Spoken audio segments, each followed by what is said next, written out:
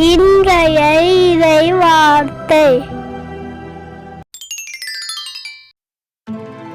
சாவின் இருள் சூழ் பள்ளத்தாக்கில் நான் நடக்க நேர்ந்தாலும் நீர் என்னோடு இருப்பதால் எத்தீங்கிற்கும் அஞ்சிடேன். உம் கோலும் நெடுங்கலியும் என்னை தேற்றும். திருப்பாடல் புத்தகம் அதிகாரம் 23 4வது இறை திருவசனம். சாவின் இருள் சூழ் பள்ளத்தாக்கில் நான் நடக்க நேர்ந்தாலும் நீர் என்னோடு இருப்பதால் எத்தீங்கிற்கும் அஞ்சிடேன். உம் கோலும் நெடுங்கலியும் என்னை தேற்றும். திருப்பாடல் புத்தகம் அதிகாரம் 23 4வது இறை திருவசனம்.